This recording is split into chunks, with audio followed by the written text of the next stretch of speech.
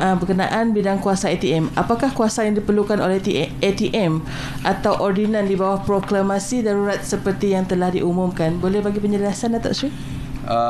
Kalau dulu ATM ni hanya mampu untuk kalau ada rentas sempadan di laluan tikus biasanya. Kita hanya boleh tidak boleh menangkap, menahan mereka sementara polis datang untuk membawa mereka ke balai polis atau ke mana-mana sekalipun. Tetapi sekarang dengan ordinan darurat yang baru ni, yang selepas emergency diisytiharkan ataupun darurat diisytiharkan, kuasa tentera adalah sama dengan kuasa yang ada pada pihak polis, iaitu boleh menangkap. Kalau kita ada lock-up, boleh pun dibawa ke lock-up kita untuk ditahan. Jadi sama dengan di bawah kanun acara jenayah, yang diberikan kuasa kepada polis, diberi juga kuasa kepada kita. Jadi sebenarnya darurat ni banyak memberikan faedah kepada kerajaan, mempermudahkan pihak kerajaan untuk menguruskan COVID ni lebih baik daripada dulu. Sebagai contoh, saya boleh tambah lagi. Sebagai contoh, kalau dulu hospital swasta, mereka boleh reject pesakit COVID. Mereka boleh reject, boleh tolak. Katakan lab mereka nak digunakan, mereka boleh tolak. Dan Kementerian Kesihatan tidak ada kuasa dari segi mengarahkan mereka untuk mengambil pesakit-pesakit COVID sebagai contoh. Di bawah ordinan darurat, kerajaan bawah Kementerian Kesihatan boleh mengarahkan hospital swasta untuk mengambil pesakit COVID. Malah lab mereka juga boleh digunakan. Ini beza dia. Jadi kalau begitu juga untuk menjadikan tempat mereka sebagai kuarantin misalnya. Mana-mana bangunan hotel yang nak digunakan sebagai kuarantin. Di mana-mana bangunan pun boleh digunakan untuk kuarantin. Di hospital untuk kuarantin. Katil dah tak cukup, kita nak dia digunakan sebagai pusat kuarantin di hospital dia. Di bawah ordinan darurat boleh diarahkan.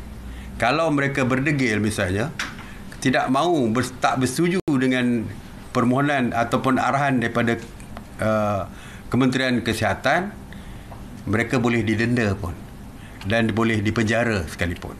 Jadi ini perkara-perkara yang dulu tidak boleh dilakukan, sekarang boleh dilakukan.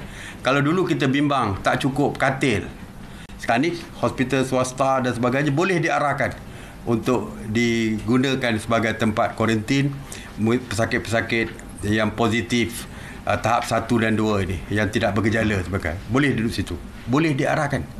Begitu juga sekarang ni, katakan ke Kementerian Sumber Manusia, kita ada masalah.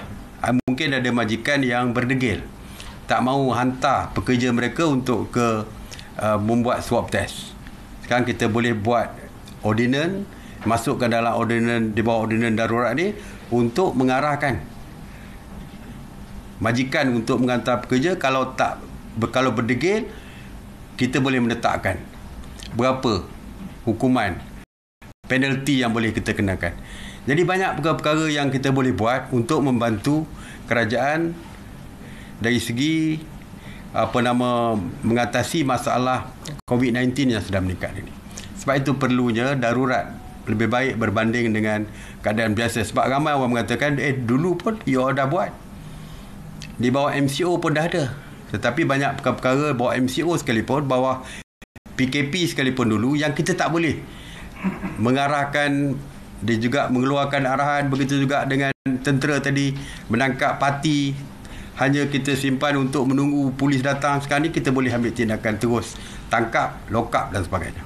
Jadi lebih mudah kerajaan menguruskan COVID, kerana ordinan darurat ini boleh membolehkan kita membuat peraturan-peraturan baru yang berkuat kuasa selama darurat ini dilaksanakan. Okey, tadi macam Datuk Seri kata tadi, boleh mengarahkan syarikat hospital swasta untuk mengambil pesakit COVID-19 ni. Adakah kerajaan memang sekarang ni bercadang untuk berbuat demikian? Kita bersetuju dengan pihak Kementerian Kesihatan. Kalau boleh, kita tidaklah mahu memaksa lagi.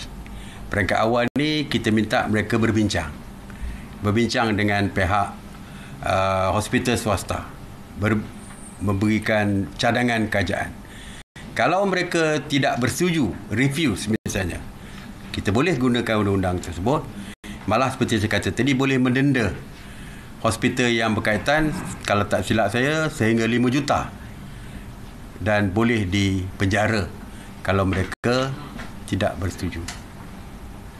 Datuk Sri, macam Datuk Sri mention tadi, kos hospital swasta tadi yang kita boleh, kerajaan boleh arahkan untuk ambil pasien COVID yang berisiko 1 dan 2 tu. Jadi kos tu siapa yang perlu tanggung? Kos dari segi apa? Kos rawatan untuk yang diarahkan tadi tu. Pasien tadi. Kita tengok, kalau pasien yang melibatkan warga asing sebenarnya, majikan yang akan menanggung. Okey. Tapi walaupun ordinan ini, kerana kita baru lagi mengisahkan darurat, ordinan yang baru ni perlu diperkenan oleh Yang di-Pertuan Agong dulu. Buat dulu mesti setuju dulu. Perkenan dulu, dah sign, baru kita boleh enforce. Sebab di dalam darurat ni, setiap perkara yang nak diluluskan, terutama yang melibatkan peraturan dan perundangan di bawah ordinan darurat, ianya mesti diperkenan oleh Kebawah Duli Yang Mulia Seri Paduka Baginda Yang di-Pertuan Agong. Once Yang di-Pertuan Agong sign, ianya akan menjadi peraturan dan ordinan sewaktu darurat ini dilaksanakan.